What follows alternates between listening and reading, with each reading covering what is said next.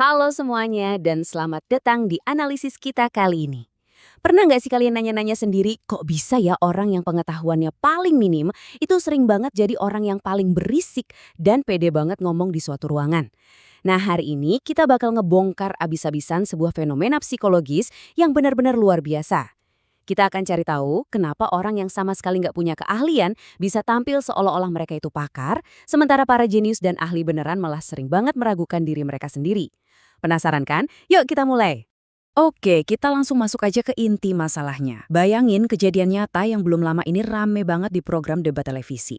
Ini benar-benar potret realitas kita sehari-hari. Jadi ada seorang narasumber tamu yang dengan urat leher menegang dan suara yang tinggi banget berani-beraninya ngebentak dan memaki narasumber lain sampai akhirnya dia harus diusir sama host acara. Dan tahu nggak apa yang paling gila dari kejadian ini? Orang yang dia maki itu adalah Profesor Ikrar Nussabakti. Beliau ini akademisi serius, pakar ilmu politik dengan segudang publikasi dan pengalaman yang udah nggak perlu diragukan lagi. Pertanyaannya, kok bisa seseorang yang level ilmunya jelas-jelas jauh di bawah, bisa dengan super duper yakin ngerasa lebih superior dan nyerang seorang profesor beneran?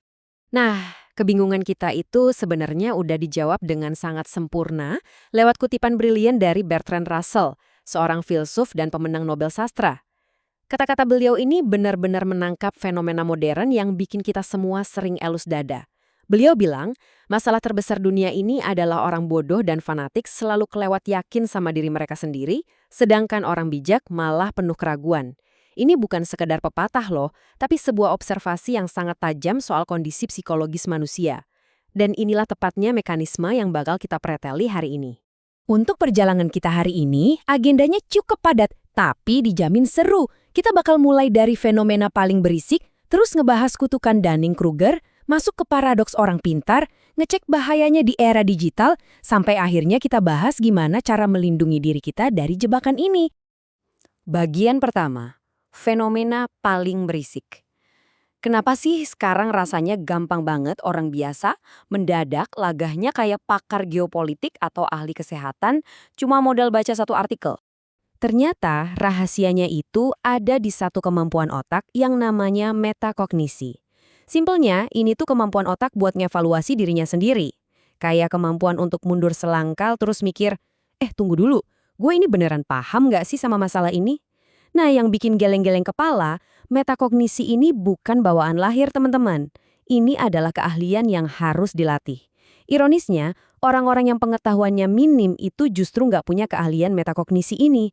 Akibatnya, mereka buta total. Mereka literally nggak bisa mendeteksi ketidaktahuan mereka sendiri. Dan ini ngebawa kita ke bagian kedua, kutukan Dunning-Kruger. Yuk kita lihat sebuah studi yang super terkenal dari Cornell University di tahun 1999. Jadi gini, psikolog David Dunning dan Justin Kruger waktu itu ngetes kelompok mahasiswa soal logika, tata bahasa, dan humor. Terus, mereka disuruh nebak nilai mereka sendiri. Hasilnya benar-benar di luar Nurul. Kelompok mahasiswa yang nilainya paling anjlok alias di 25% terbawah, justru dengan pede nebak kalau mereka itu masuk di 62% teratas. Mereka ngelebih-lebihin kemampuan mereka secara gila-gilaan. Tapi di sisi lain, mahasiswa yang beneran pintar dan skornya paling tinggi malah konsisten meragukan dan ngeremehin hasil tes mereka sendiri. Aneh banget kan? Kalau kalian masih mikir, masa sih orang bisa sebegitu pedenya tapi buta arah? Coba deh perhatiin data dari studi Ola Svensson tahun 1981. Kalian harus tahu nih, 93% orang Amerika yakin banget kalau kemampuan menyetir mereka itu di atas rata-rata. Coba dipikir-pikir lagi deh. Ini absurditas matematika yang kocak banget. Secara logika, yang namanya di atas rata-rata itu maksimal cuma 50% kan? Nggak mungkin dong 93% orang semuanya ada di atas rata-rata. Tapi ya, begitulah cara otak kita sering ngibulin diri kita sendiri. Dari temuan-temuan tadi, Dunning dan Kruger akhirnya nyimpulin apa yang disebut sebagai kutukan ganda. Gini konsepnya. Pertama, kamu bikin kesalahan. Kedua, karena kamu emang dari awal nggak punya ilmunya, kamu jadi nggak sadar kalau kamu baru aja bikin kesalahan itu. Parah kan? Akhirnya, orang-orang ini mendaki dengan gagah berani ke sebuah tempat yang sekarang ngetren banget disebut sebagai Mount Stupid atau puncak kebodohan. Ini adalah fase di mana tingkat kepedean seseorang meledak sampai ke langit, justru di titik di mana ilmunya lagi dangkal-dangkalnya. Sebenarnya jauh sebelum istilah ini ngetren, Charles Darwin udah pernah nekenin hal yang sama. Dia bilang, ketidaktahuan itu justru lebih sering melahirkan kepercayaan diri ketimbang pengetahuan itu sendiri. Masuk akal banget kan sama apa yang kita lihat sekarang? Ini tuh ngejelasin banget kenapa tiap kali ada kecelakaan pesawat komersial, mendadak ribuan komentator di internet berubah wujud jadi ahli aviasi. Mereka ngebedah desain mesin pesawat seolah-olah mereka itu insinyur senior. Ketidaktahuan emang bikin dunia ini terasa simpel banget buat mereka yang lagi asyik nongkrong di puncak kebodohan ini. Terus gimana nasibnya orang-orang yang beneran pintar? Kita balik perspektifnya lewat bagian ketiga kita. Paradoks orang pintar. Mari kita bahas kebalikan mutlak dari efek Dunning-Kruger ini. Tahun 1978, psikolog Pauline Rose Clance dan Susan Imes nemuin yang namanya imposter syndrome. Awalnya, kondisi ini diamati pada perempuan-perempuan dengan pencapaian yang super tinggi. Tapi anehnya, mereka malah merasa kesuksesan mereka itu cuma kebetulan doang. Kayak ngerasa jadi penipu gitu. Dan yang bikin kaget, data modern sekarang memperkirakan kalau 70% orang, ya 70% dari kita, entah apa gendernya, profesinya, atau jabatannya, pernah dihantui ketakutan kalau kemampuan mereka bakal kebongkar sebagai kebohongan. Padahal aslinya mereka emang bener-bener ahli di bidangnya. Dan ini dengan sangat brilian ngegambarin perbedaan intinya. Buat orang yang kena efek Dunning-Kruger, mereka ngerasa ilmunya udah sempurna karena celah ketidaktahuan mereka itu bener-bener gak kelihatan sama mata mereka sendiri. Mereka literally buta. Tapi sebaliknya, buat mereka yang kena impostor syndrome, mereka justru lumpuh dan penuh keraguan karena mereka bisa ngelihat dengan sangat jelas seberapa luas sih lautan ilmu di bidang tersebut. Semakin banyak mereka belajar, semakin banyak juga lubang ketidaktahuan yang mendadak muncul secara nyata di depan mata mereka. Makanya, nggak heran kalau Oracle of Delphi sampai bilang Socrates itu manusia paling bijak di seluruh Athena. Bukan karena dia tahu segalanya loh ya. Tapi karena Socrates itu justru satu-satunya orang yang ngakuin batas pengetahuannya. Dia tuh sadar banget betapa banyaknya hal di dunia ini yang dia nggak tahu. Sekarang kita masuk ke bagian keempat, bahaya di era digital. Kenapa ini penting? Karena berkuar-kuar dari Mount Stupid zaman sekarang, itu bawa konsekuensi nyata yang ngeri banget. Risiko digital itu 100% nyata, teman-teman. Kita harus ingat terus, internet itu nggak diciptain dengan tombol undo. Ketikan iseng atau komentar impulsif yang dipost dengan rasa pede tingkat dewa tapi nol pengetahuan, sekarang bisa langsung berubah jadi tangkapan layar abadi.